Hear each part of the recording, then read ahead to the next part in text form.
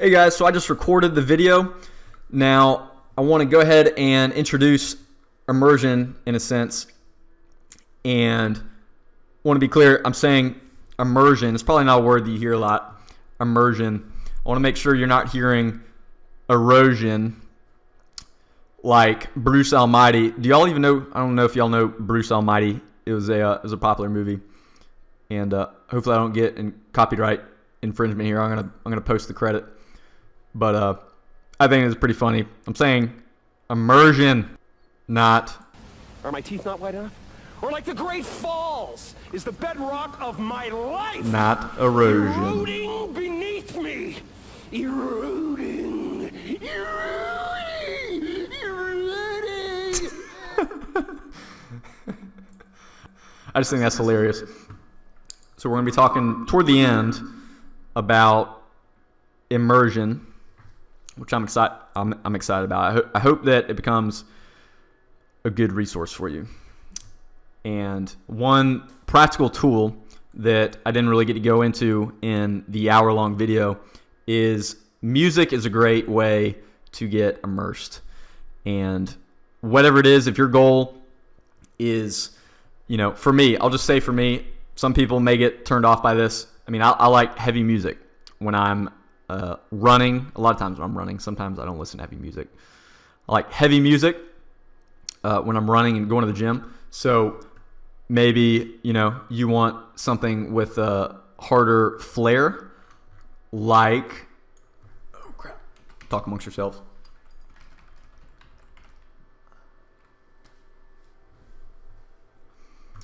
Like, oh gosh, computer's running slow. Mouse not working.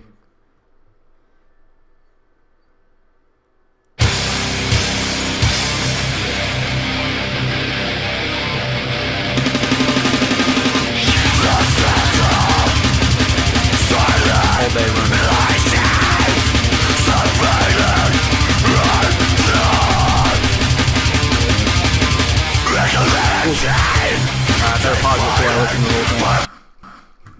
Right, so maybe if you got a goal with a harder flair, you want to immerse yourself in that kind of music. Or I would encourage you, if you want to immerse yourself in, faith, in spirituality, in Christianity, then, oh gosh, computer's going to run slow.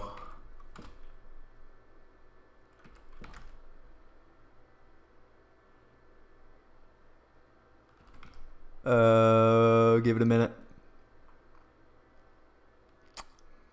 Give it a minute.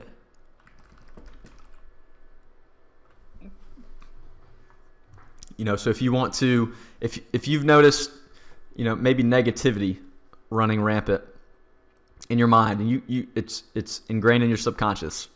You feel like you can't do anything about it. Maybe you need to immerse yourself in contemporary worship music, something like one of my favorites. Ah, crap, I gotta hit a different button.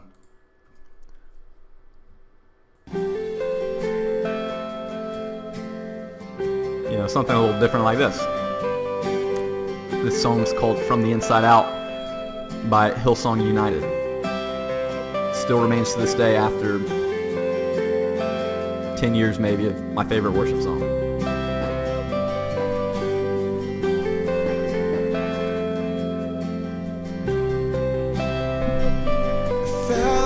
Times I feel, still your mercy remains. And should I stumble again, still I'm caught in your grace. Everlasting, your light will shine when all else fades.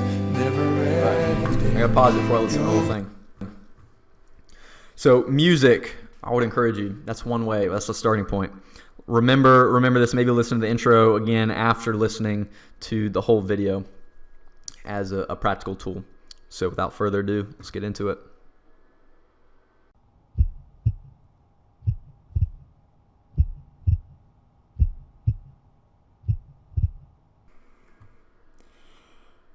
Woo! I'm excited. I wasn't even planning on recording tonight, It's actually 9:15 p.m. and on a Wednesday, and just decided that I'm going to go ahead and get the next episode out. So welcome to episode number 2 of Generation Giants podcast. My name is Kyle, and whether you're listening and you're on a run or you're at the gym, getting the pump on with your headphones in, whether you're doing homework, which I doubt many of you will be if you're listening to this live. It's summertime. You probably don't have homework, but some of you may have summer reading. If you're middle and high school, you have summer reading more than likely. Don't neglect it. Just do it. I was actually having a conversation with some great friends of mine telling me they were parents, telling me about their son using some sort of video spark noting tool. We didn't even have that. I almost feel like using Spark Notes back in the day was legit, as opposed to reading the book. Now you've got videos that dramatize the work for you. It's like watching a video or a movie. It's like watching a movie of the book, which you can now do with a lot of popular books anyway. Whether you're listening to this in the background, doing reading, doing summer homework material, whatever it happens to be, or it's during the school year right now. I appreciate you listening in, and I'm excited. I want you to tune in. I don't even know where I'm going necessarily with this, as will probably be the case for most episodes. As of right now, I'm not scripting out content. I'm really just kind of have an idea of maybe a few points that I want to make, and just kind of letting the content flow. The main idea of this podcast is to speak life into you guys, the listeners, the teenagers. You can be more than you ever thought possible and do more than you ever thought you were capable. And I believe that. That's sort of the banter of what this is about. So this has been a pretty good week for me. Really busy. I got to tell you, getting this podcast launched off the ground even sooner than I originally sort of planned, but going ahead and getting it off the ground. I'm in the process of getting some resources set up for you guys, especially those who I know personally. You know, like I said, I lead a 10th grade, rising 10th grade. I got to get used to that. Wish they'd kind of just call you the class of 2020 or whatever you are, and just that's how we refer to you forever, class of 2020 or whatever you happen to be, all of you listening. So I lead a rising 10th grade small group, and definitely this is for you guys as well, you know.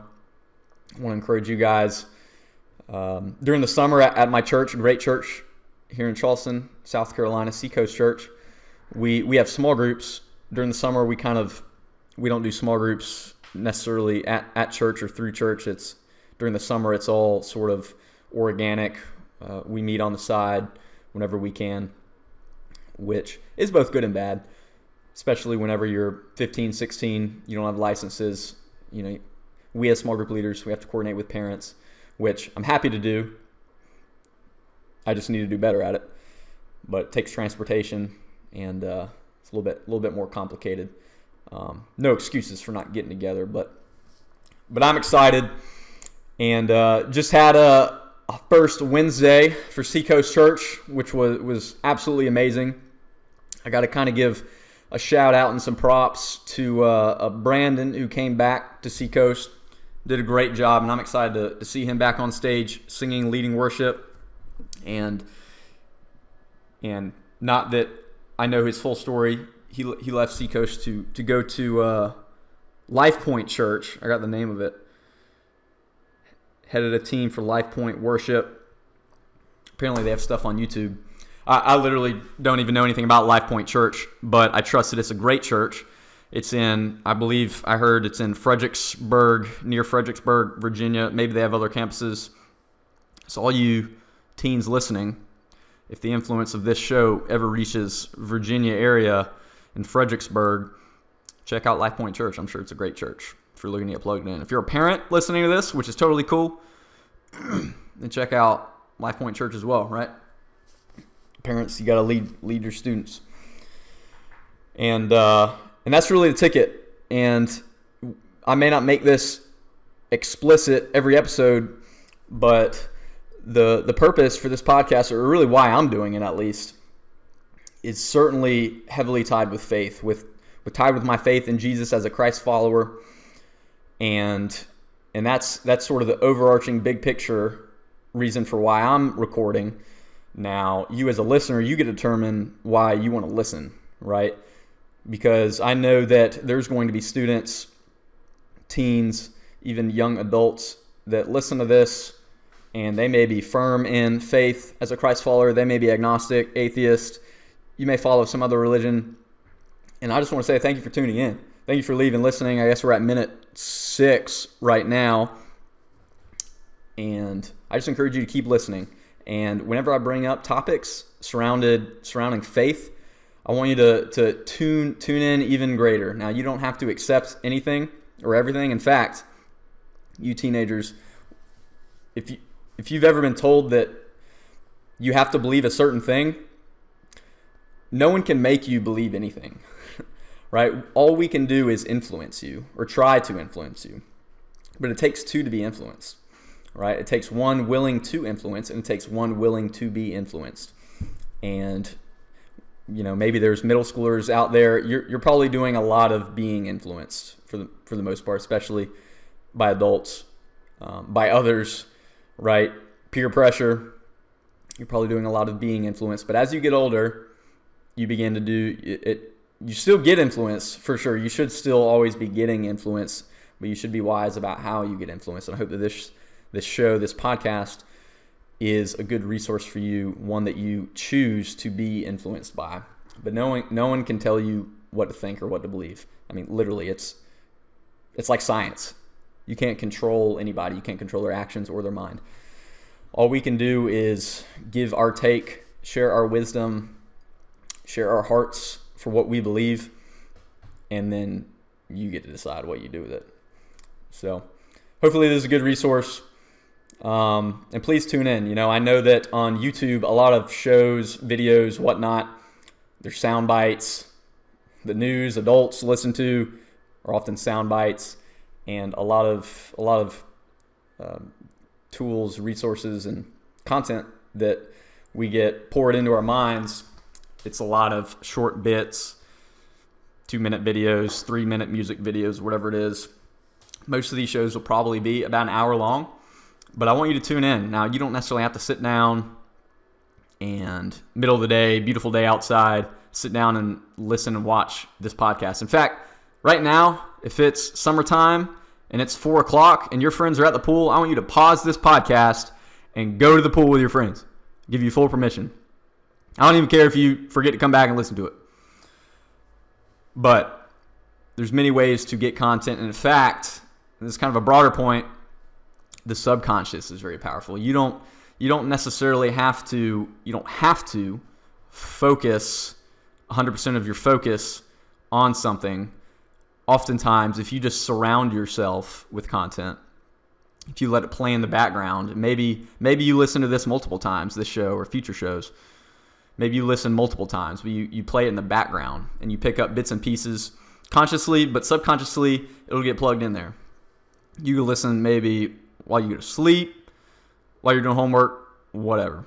I listen to a lot of podcast content. I listen to pretty consistently, maybe 10 or so podcasts, and I probably have 15 or 20 that I'm kind of vaguely interested in.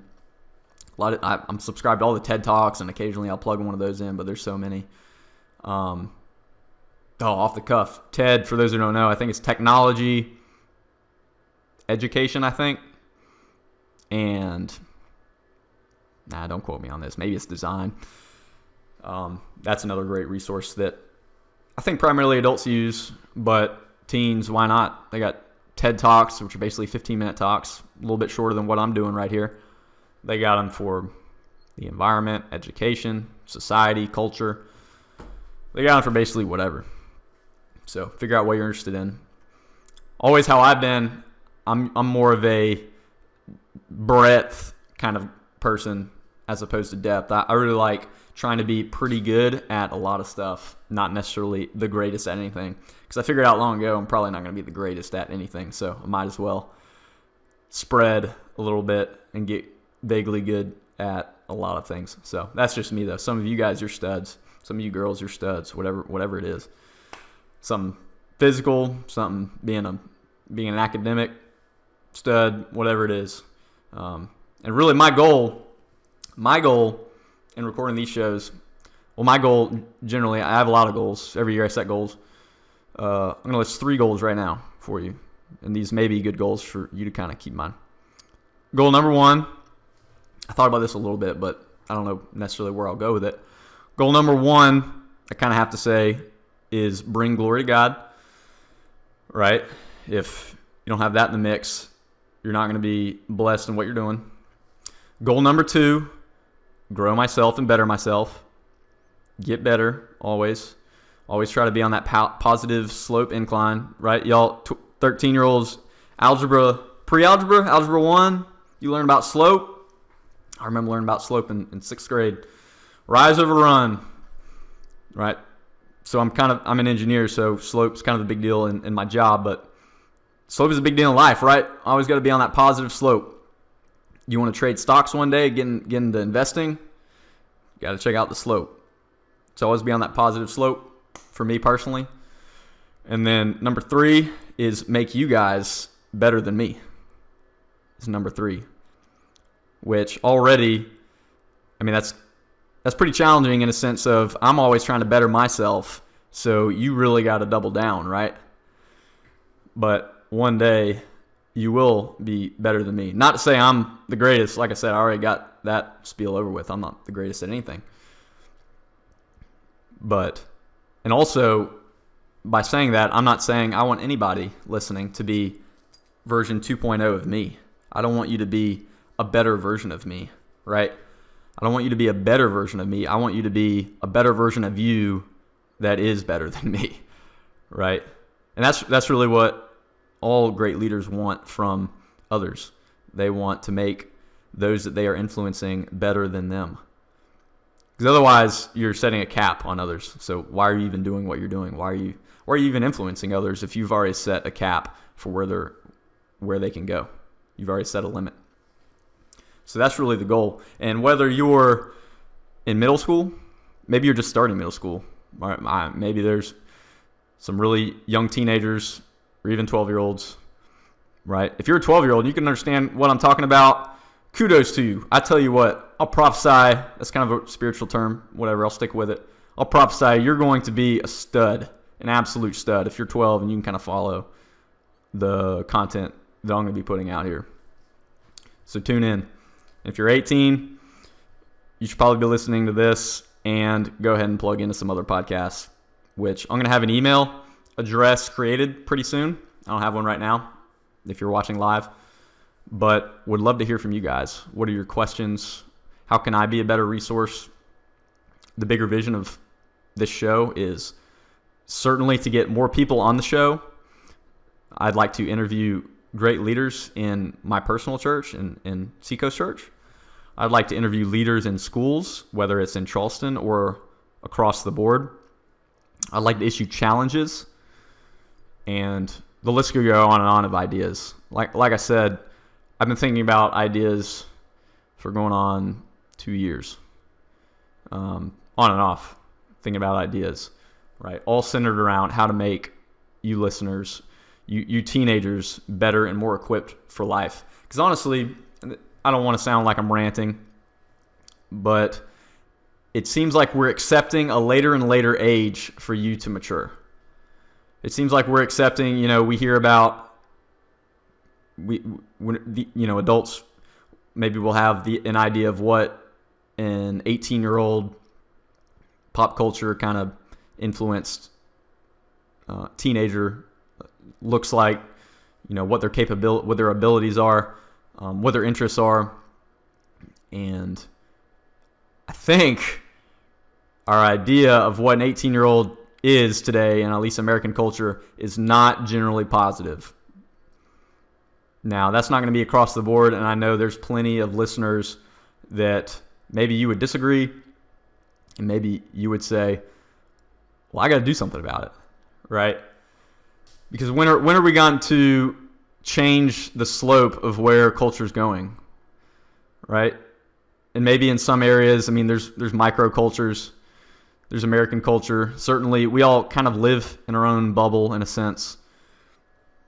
And I'm definitely not going to complain. I love the life that I'm privileged to live. But when are we going to turn it around? If we do go on with that sort of presumption, and I don't know if there's a scientific way to prove it. I don't know how you scientifically prove what the slope is, what the trend is on culture, because culture. Maybe we need to define culture. All right, culture is such a big idea. The idea of culture is huge. I mean, we talk about it. We talk about American culture, Christian culture, trendy culture. I don't know. What are other subcultures? I wish you could talk back to me. I don't know. Y'all can talk amongst yourselves about the video if you're in a room with others watching. What are the cultures out there and what makes them distinct? But above that, what is culture? To me, the way I define it, I haven't looked it up, at least not recently. You can look it up on dictionary.com. I'd be curious what urbandictionary.com says. But to me, culture is the summation of thoughts and beliefs and ideas of a given population. It's the summation. It's kind of like just obviously there's a mixed bag of ideas in any culture and beliefs. But I think if you were just to theoretically poll, 1 million people, you'd see trends more than likely. Some things would pop up way, way, way more than others, right? And I don't know if our culture right now is very healthy. And when are we going to do something about it? I think it's easy to think that we can't do anything about it. It's kind of like voting, right? So you teens who haven't ever voted, I still remember when I first voted, 2008. It was just a crazy, crazy election. McCain and Barack Obama, John McCain and Barack Obama were the two headliners back then, as I recall. And, I remember the excitement of getting to vote for the first time. It's kind of part of, you feel like you made it. You feel like you've grown up or you're growing up, which you should never really fully grow up. You should never arrive. But I do remember that, voting for the first time. Some people couldn't. I think I barely made it, right? Every 4 years you'll have a class that some of the class I think can vote and some can't. I don't know if we already just had an election cycle, but I don't know when that'll be for some others. Well, I guess every voting cycle there's some that can't vote. So next voting cycle, maybe you can rub it in your friend's face if you're in that class that you get to vote. Some of your friends can't. But in voting as an adult, it's the voter turnout is very low. It hovers around something like 10% a lot of times. And of course there's reasons for that. I'm not even necessarily bashing it. There's reasons. But the most common, I think, reason is that you feel like you can't make a difference because in any voting, now there's local elections. Maybe you can literally win a local election sometimes with a couple hundred votes. It's astounding. Just because if it's a small area and maybe a few thousand people and only 8 or 10% of those vote and there's 10 people running, you don't need a whole lot of votes to win the majority. So maybe I just inspired somebody to be a politician one day. But I don't think you should be a career politician. I think you should have other ways to get your living. That's just me, though. We do need politicians, though. We need good leaders. But voting's kind of the same way. You think you're just one of a million, so you don't do it. Influencing culture is much the same way. But if nothing else, do it for yourself. Try to influence culture and be an example. And don't let others look down upon you.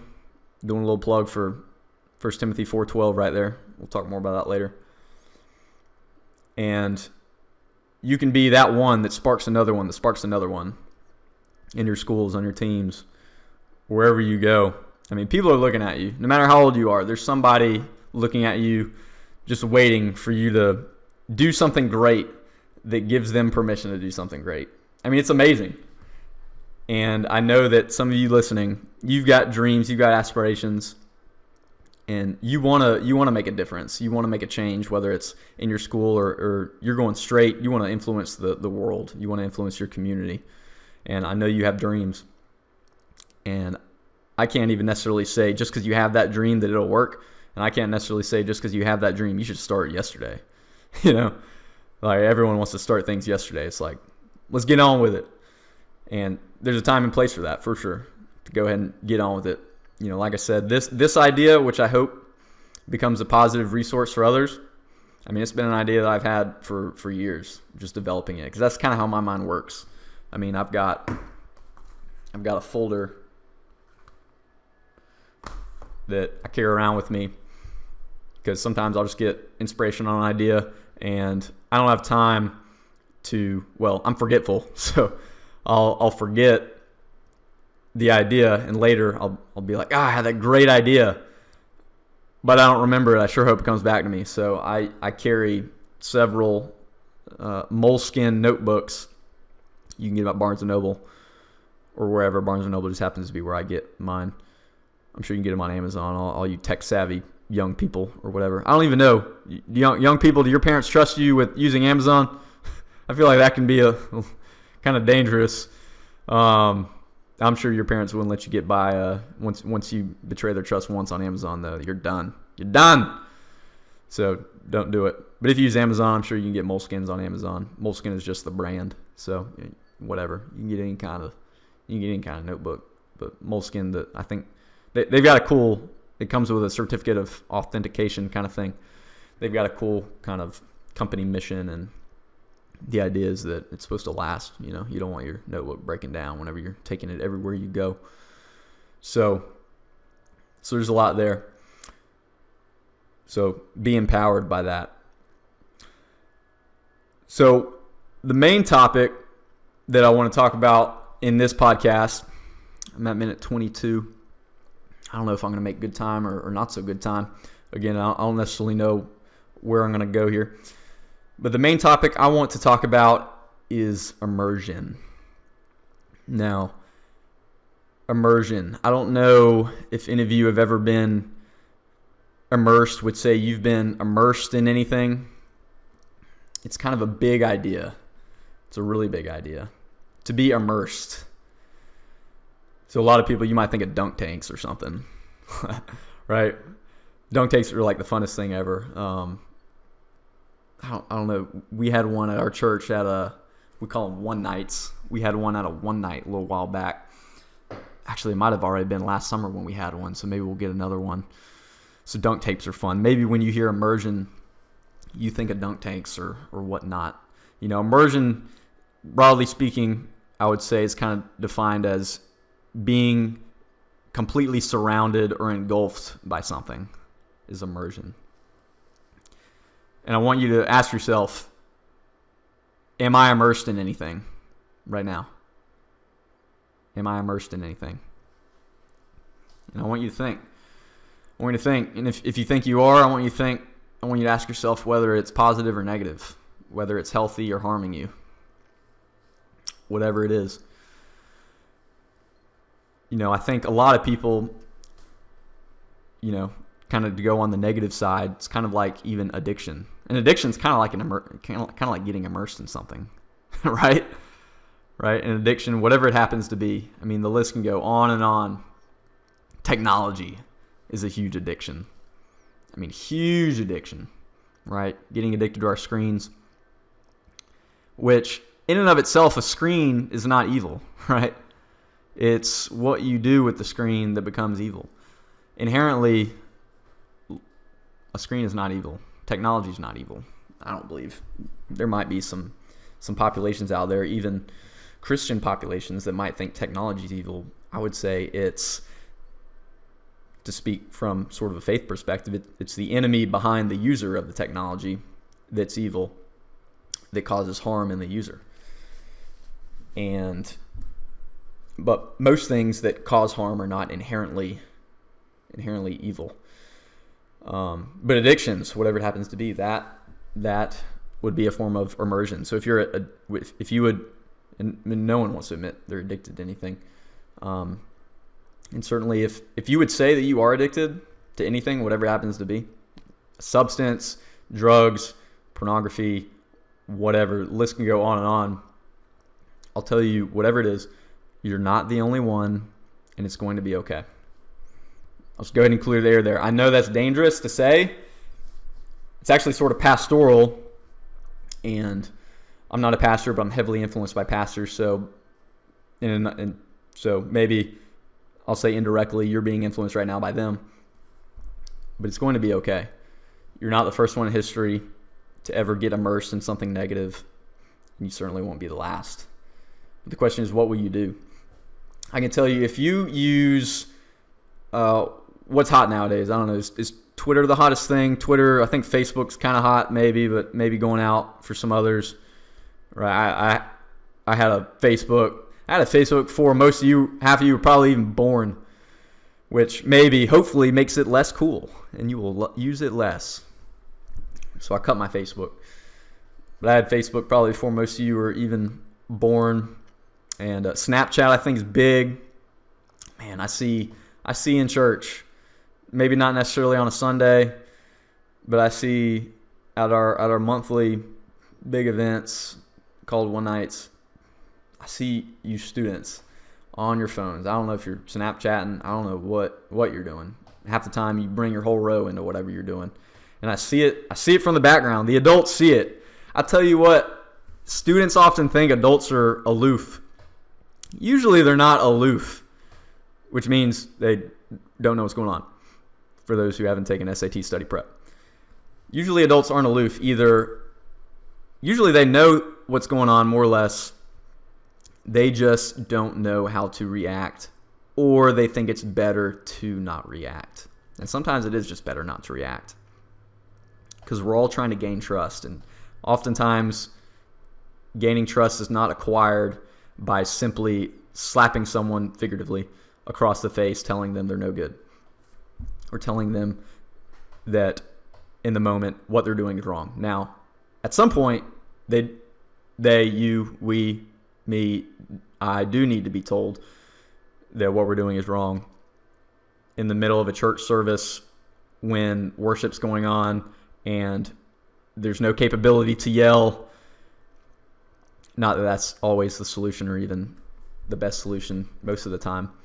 It's very difficult to manage. In fact, managing is not what we want to do. There's a huge difference. Oh, this is big. I might have to get to what I actually want to talk about. This is kind of big stuff. There's a huge difference in managing and leading. Huge difference. And at least for me, at our one nights that we have with 500 teenagers, none of us small group leaders want to be managers. We want to be leaders. And we are not there to manage how you use your phone when you're at one of those church services. Now, it is a church service, but it's a pretty cool church service, I would say. Hopefully we'll get some feedback on how you feel about, maybe some local feedback. Or I know other churches do those kind of things too. A lot of heavy worship. It's kind of like a concert. And then a good message. And I tell you, lean into these speakers, lean into these opportunities right now. Don't think that you're too young to get fed this good content. I'm telling you, I'm 26, and some of the content that these speakers give is huge. And I see you guys, you miss it. You miss it. Wherever you are. I know other churches do the same thing. You're missing it. It's huge. Why be there? Here's the thing. Oh, I don't know if y'all have a notebook to write some of these ideas down. I'm going to run out of content at this rate. Here's the thing. There's a time for work and there's a time for play. And that's a big idea. There's a time for work and there's a time for play. At least for me, maybe not for everyone, I have to make those two almost completely distinct. Now, maybe you can even ask, I don't know, figuratively, you could ask right now, like, what am I doing right now? Am I working? Am I playing? Kind of, I'm doing both. Like, I want to have fun with kind of what I'm doing in a sense. And actually, I have a little fun thing that I want to play. Hopefully, I don't run into copyright issues. I want to play a clip from a movie and a song. That's kind of the prep that I've done, the only prep. Not a lot of prep here. But there's time for work and a time for play. Usually these events, they give you a time for both at some point, just not at the same time. And you have to distinguish whether you're at school, whether you're on the field practicing, whether you're practicing for a play, acting, technology for competition, for a robot competition, practicing, developing your team for that. Whatever it is, there's more than likely always going to be, the time is either going to be work time or play time. Now, everyone's got their own roles to play, certainly. But going back to the church services, when there's a guy on stage and he is speaking truth and he's prepared. These speakers, they prepare way longer than what I'm doing right now. I'm just going off the cuff, man. I mean, I'm lucky if I get anything good out right now, and at some point I'm sure I'll heavily embarrass myself, which is cool. But these speakers, when they get on stage, they get on that platform, they've prepared and they've got something for you, and they believe that it's going to hit somebody, and they believe it's for you. So next time you go to one of these events, whatever it is, whether you're literally at Seacoast Church where I go to church, or you're somewhere else, I know there's so many great churches out there, whatever it is, make the most of it. That means making the most of the fun time and making the most of the work time, the play time and the fun time. You want to make the most of both. Don't get them switched up. Don't work during the play time and play during the work time. And get it. Take that to heart. Whatever it means for you, take that to heart right now. And take it with you, whether you take it to your churches, your schools, your organizations, your clubs, your family, your dinner table. Take it to heart. So I've kind of gone on and on. So I think I've somewhat fairly described the topic of immersion, and pretty much everyone is immersed in something. You're pretty much immersed in something. Like I said, technology, whatever it is.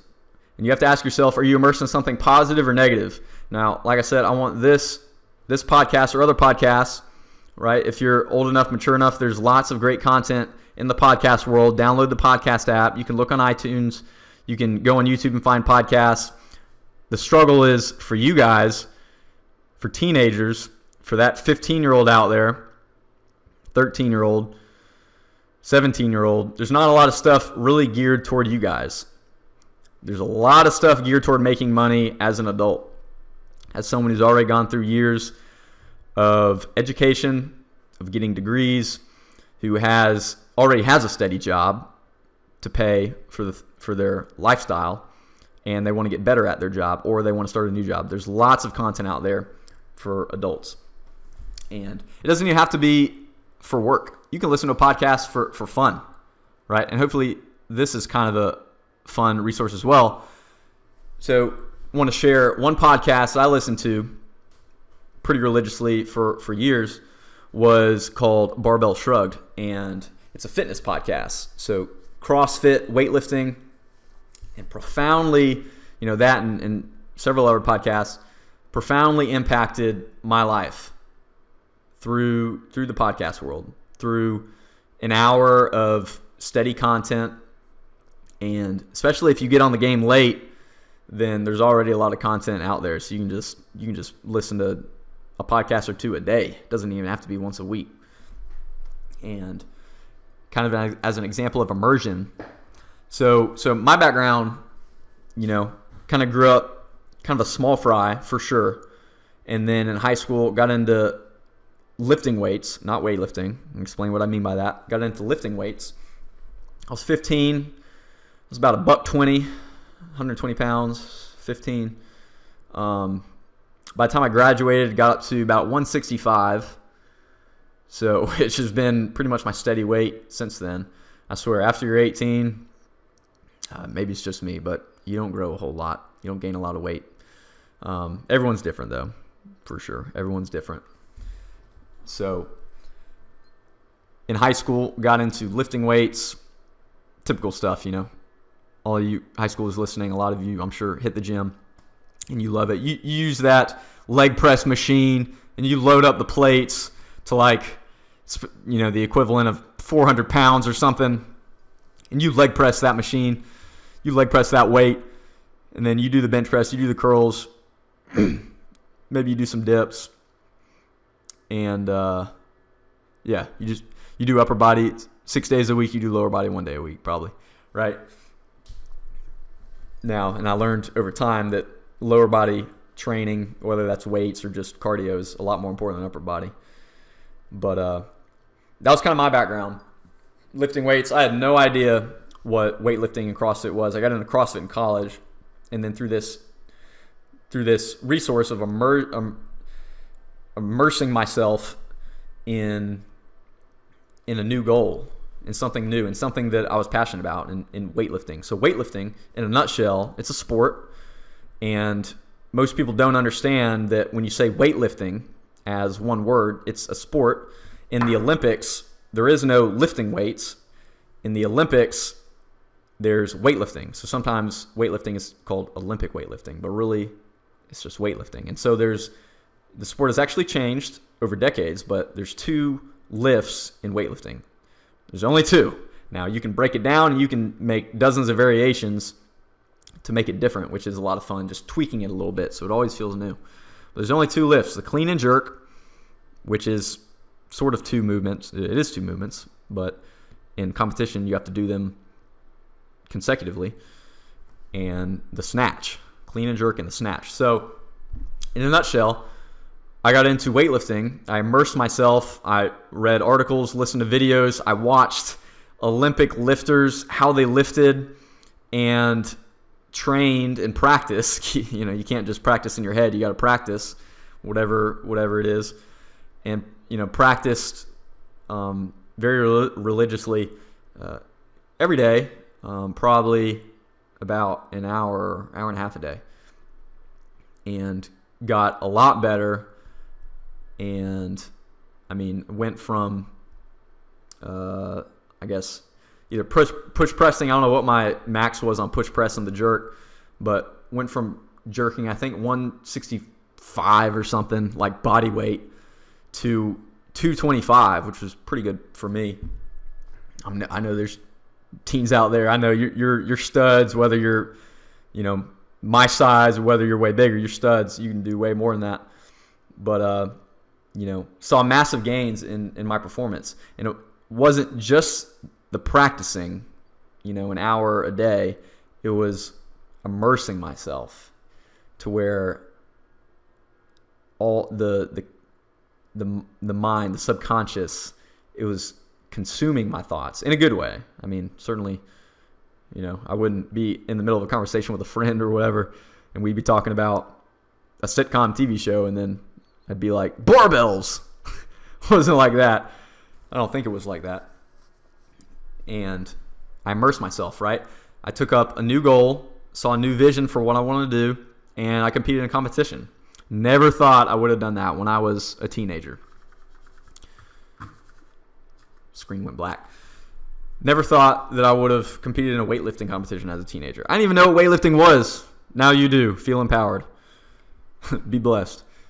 Never would have thought I'd compete in weightlifting. And I'm not at all very good at it. It takes years to practice. And maybe I'll include in the margin. Oh, can I do it? I've got like a thumbnail. Oh yeah. Maybe I'll include like a little video right there.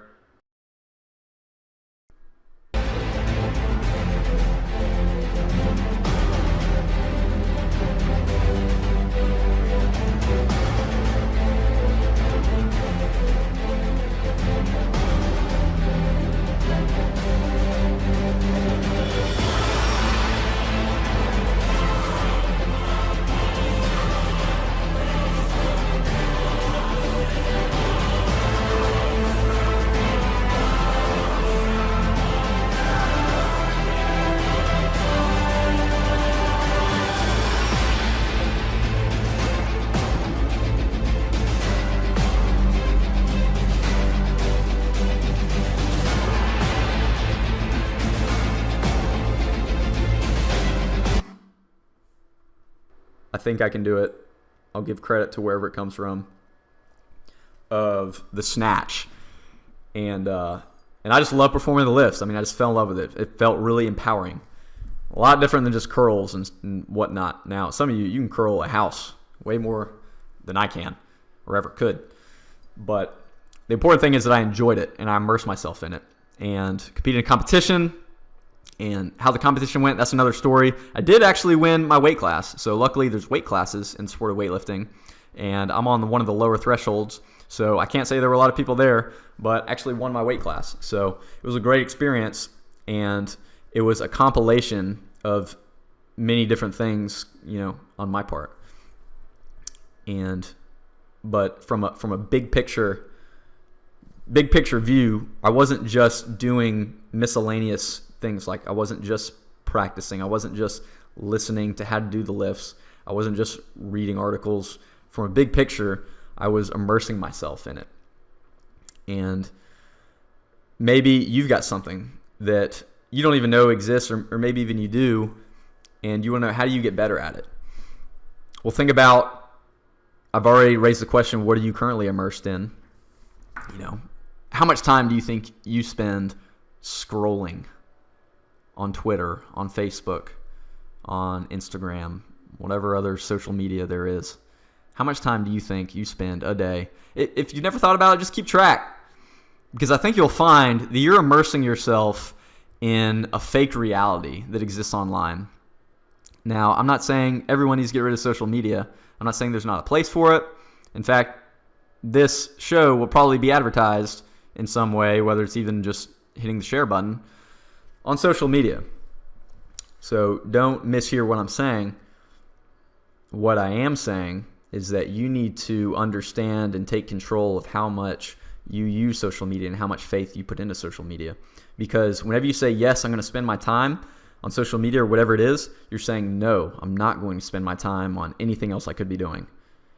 And I know that you've got goals. I know that you want to do better. And so you've got to figure out how to immerse yourself in whatever that goal is. And there may not even be just one avenue. You may, like I said, to fully immerse yourself, that can take several different tools. That can take several different directions to take to fully immerse yourself in something, right? So as going to the faith deal, as a Christ follower, and there's a big difference between being a Christian and a Christ follower. Actually, I was thinking about this earlier. Well, I think about it a lot, actually. And I'm not at all the greatest Christ follower. Actually, being a Christ follower, kind of by definition, means that you're admitting that you are imperfect and you need a Savior. So I need to make sure I get that message clear. But I was thinking about that even today. Big difference between being a Christian and a Christ follower. A lot of people grow up Christians. A lot of people identify themselves as Christians. But it's kind of similar, how I was thinking, to being an American, but not being someone that stands for American values. And some of you who are teens, maybe you might actually, some of you even know the American values better than adults, because you at some point, probably recently, were forced, more or less forced to listen to, the Constitution, what that's based on, the Declaration of Independence. Ooh, next time we get a good holiday, I'm going to be talking about those things, and it's going to be good. I can't spend time on it now. I'm at minute 43, it looks like. But it's like that. And I tell you what, there are a lot of adults who used to be your age who don't stand for American values, who don't stand for the Constitution, and don't even really understand. They misuse the Constitution. They misquote the Constitution, right? Like freedom of speech, for instance. And I know there's going to be people who disagree with me. Probably not teens necessarily, unless you're 18 and you feel like you've arrived and you can be a free thinker, which you are. You're a free thinker. But even freedom of speech, whereas they think, I can say what I want and there won't be any consequences. Right? That is, if let's say you're in a job and you say something that your boss doesn't like and you get fired, he can fire you. The government can't say he can't fire you.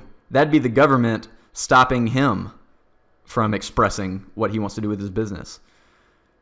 So freedom of speech is meant to be imposed on the government, not private industry. And that goes for all the constitutional restraints. It's a restraint on government, not private individuals. It's meant to give freedom to private individuals, to people like you and me. So that's a big difference to me. That's similar to being a Christian and a Christ follower. So one place that I want to go with this, and I just felt led to go here. If you're listening live, it's summertime. If you live anywhere close to me in Charleston, it's great weather. Actually, today it was pretty crummy, but more often than not, it's pretty great weather. And what we like to do down here in Charleston are beach baptisms, which I think are really cool. Now, kind of ironically, I didn't get baptized, so kind of disclaimer, this is jumping directly into some faith aspects, but even if you're not a person, a teenager who subscribes to Christianity or any other religion, I want you to tune in and see what sticks out to you. I'm telling you, here in Charleston, we do beach baptisms a lot. And so I got baptized when I was 24, and which is kind of surprising, I think, maybe to some like listening right now. And maybe I was 23, 24, kind of recent, more or less. And never got baptized growing up. Just never got thrown into it. I know a lot of people do get thrown into it. I say thrown in. You could be thrown into worse things than being thrown into baptism. But I didn't get baptized on the beach. I got baptized by a good friend, Stephen Popaditch, and Glenn Colthorpe, who led a small group I was in, and was baptized in a tank in front of, I don't know, maybe a couple hundred college and 20s people that I was a leader at the time, volunteer leader, and got baptized it's kind of like a hot tub pool kind of thing, kind of set up indoors. I don't know what kind of insurance policy we got to do it, because if that thing had broken, would not have been good for that expensive stage. And there was an amazing band that played in the background. I mean, it was incredible. And I'm sure beach baptisms or wherever you go to get baptized, hopefully it's very similar. But it's not all about the glamour, the glitz and glam. I want to make a case right now for baptism, and I want to make a case specifically for submersion, baptism by submersion. So submersion is kind of the physical correlation to immersion. So I'm going to say that again. This is why I think submersion baptism is important. Now, if you do sprinkle baptism or whatever, that's cool. I'm not saying that's bad or wrong, but I think it's neat to go through submersion baptism because of what it means. And I know that some baptisms are going to be going on soon. If not soon, they will go on at some point, because I believe they're going to go on until the end of time, right? John the Baptist, he wasn't really called John the Baptist at the time, I don't think. He kind of started baptism in water. He baptized Jesus. And then there's a story in Acts about baptism that maybe I'll get to. But baptism is important because aside from declaring your faith to the world, to those watching, making a declaration that you're accepting Jesus as your Savior, you're also undergoing a physical transformation spiritually. Well, spiritual transformation, submerging, is that how you say it? Submerging your body in the same sense that you're submerging your soul, right? You're submerging yourself or emerging. Guy, you try to explain this stuff. I tell you, if it wasn't, for one, it's a faith concept. For two, it's a tongue twister, and I don't even have these words written down, and I'm turning them into gerunds. And that's right. I think I use the word gerunds correctly going back to middle school grammar. So you're submerging your body and immersing your soul when you get baptized. And that's huge. And I think that's where people miss it. It's the beginning of immersing yourself in a new world, in a sense. in seeing differently, and seeing the world differently, and seeing yourself differently, and seeing your purpose differently. It's the beginning of a whole new direction, but it requires immersing yourself, being fully immersed. You're not just tipping your toes in the water. You're submerging your entire being into the water, and kind of in a split second praying that pastor's not going to drown you, right? Right. If he's got something out for you. And it's kind of funny too, because pastors, they tend to know, like, if you tell anything to anybody, you're probably going to tell your pastor that, you know, you did such and such. And there's legitimate problems in the world. There's legitimate things that cause pain and continue to cause pain. And it's kind of funny. Pastors, they tend to know all of it, and there they have you underwater. But they always pull you up every time. I don't think anyone's ever drowned during a baptism. That'd be a mood killer, wouldn't it? I tell you what, man, that pastor's a good guy, but in 2013, he let someone stay underwater too long. That'd be. I don't think that's ever happened though. Thank goodness. I think they're trained to pull you up. I think they kind of know how, like they know the exact amount of time to keep you underwater to get the greatest, spiritual benefit. I think they learn that in seminary. I think it's a class. Baptism is probably a class in seminary. Seminary is school for pastors where they go to learn theology. Right? I've never been to seminary. I don't think I ever will. Getting an engineering degree was good enough for me for as far as graduate studies go. And then I thought about getting a Master's in Business Association, MBA. Thought about getting one of those for half a minute, and then decided I'll just get a book that teaches MBA skills. So I'm sure it's not quite the same, but I get to keep my $20,000 and all the time that I would have spent in class. I get to keep that. So that's what baptism is, guys. It's not. I know you probably never got explained what it is. Maybe you kind of got explained a little bit of what it is, that it's a declaration of faith that you don't just want to rush into baptism. You don't just want to rush into it. Now, if you were baptized because your parents kind of made you, that's their prerogative. But when you get to a certain age where you start taking control and authority, you start taking authority and responsibility for your life, where you're no longer under the law of your parents. That's a bad thing. Law of your parents, that's quite very much a good thing in most, if not all, cases. But if not now, at some point you will be totally in control of at least your actions and your beliefs. You won't be in control of your life. Let me make that very clear. Like I have said and will continue to say, you cannot control your life. You can control what you do, where you go, for the most part. You can control your thoughts and your actions. You can't control the results of your thoughts and your actions all the time. And so if not now, then at some point you may get that opportunity. You'll get to choose whether you want to be baptized or rebaptized.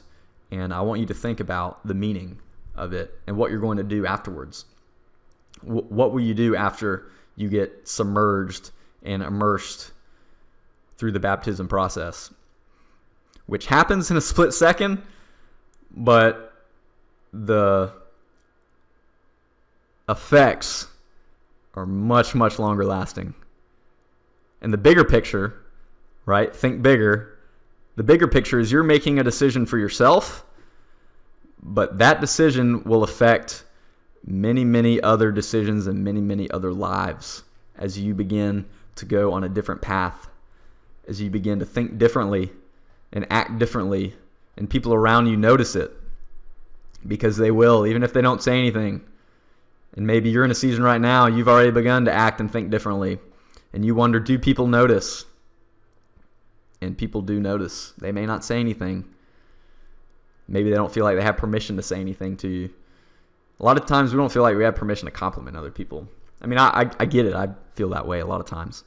Because you don't know how they'll take it. You don't know if they'll take it in a negative way. You don't know if they'll take it in too good of a way. You don't know if they'll get a big head about it. But we often don't speak life to one another enough. We often don't compliment one another enough.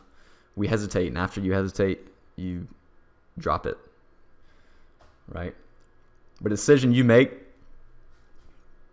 whether that's today, tomorrow, talk to your pastors. I'm not trying to be your pastor by any means. I'm just trying to cast a vision for you, for your future. I'm just trying to get you to think on another level of what could be. Because I'm seeing from a bigger perspective. Because I've already gone through, assuming you're a listener that's a teenager, I've already gone through a lot of the seasons you've gone through. And I see how they end, or how they could end. And I see how faith, had I obtained it earlier, could even put me in an even better position than I am right now. Now, not to say I regret anything or anything like that. But anyway, point being there, talk to your pastor. If you don't have a pastor, let's see. Well, I gave a plug for one church, Life Point, around Fredericksburg, Virginia, I believe. Talk to your parents as a starting point. If you're not plugged into a church, or you don't know who you are plugged into a church, you don't know who your pastor is, who your youth pastor is, right? Just talk to your friends. Maybe you know somebody, maybe you have somebody in mind, and they seem like a good example, they seem likable, and ask them, where do you go to church? Can I go to church with you? Let me spend the night one Saturday night, right? Or maybe you've been spending the night somewhere on Saturdays, but you always leave before they go to church. Now, and I'm not going to promise every church is going to be very fun or very life-giving. To be honest, I can't promise you that. Most, if not all, churches have a great heart. That doesn't mean every church does church in a very appealing way. And there's many denominations. My church is non-denominational. And I'm not saying that's the best way. I'm just saying that's the church that I go to. And I enjoy it. The main point in church is that you follow Jesus. Most of the other stuff are just details. So get plugged in. Ask your pastor about baptism. Ask friends, or even ask your pastor, what good, healthy areas could I get immersed in, aside from the faith aspect? Like I said, I know you guys have dreams. You guys have things that you want to do. And I'm excited because we're in a new age. We're in a Renaissance information age. And you guys are the pros, right? Now, being a pro at Instagram or Snapchat, there actually is a business for that. You could get a job for doing that. By and large, if that's all you're a pro at, though, you're going to have trouble finding a job one day. Now, I know everyone listening has their own gifts and skills and talents, so I'm not worried about that. But get focused. Take inventory of where you are right now. Are you immersed? What are you immersed in? What do you want to be immersed in? And be on the lookout for baptism opportunities in the near future, because I know they're going to be there. I don't know about up north, though. I'm sure they probably don't. Well, there's not a lot of beaches, for one. You have to be on the perimeter of the country. I don't know. Do they do lake baptisms? I'd like to know. I'd like to see pictures. I don't do the whole hashtag thing. Y'all can figure out hashtag thing. I'd like to see pictures. I got to figure out a way for you guys to submit pictures and figure out how to post them up of baptisms. Lake baptism might be cool.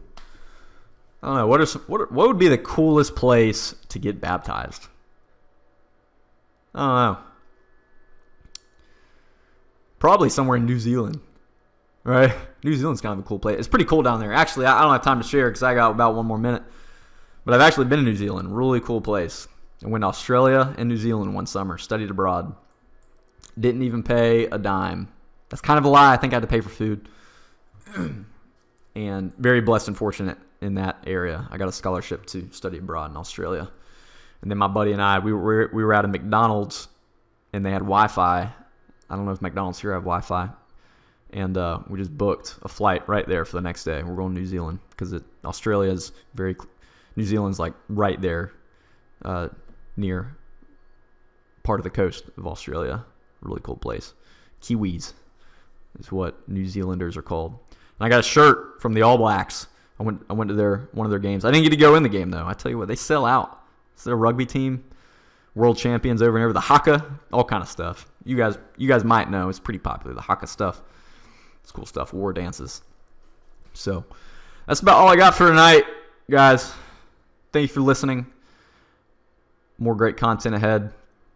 And guys, keep at it. Keep doing big things. Keep thinking bigger. Keep pushing yourselves. I'm excited for what's to come, what you guys do. Later.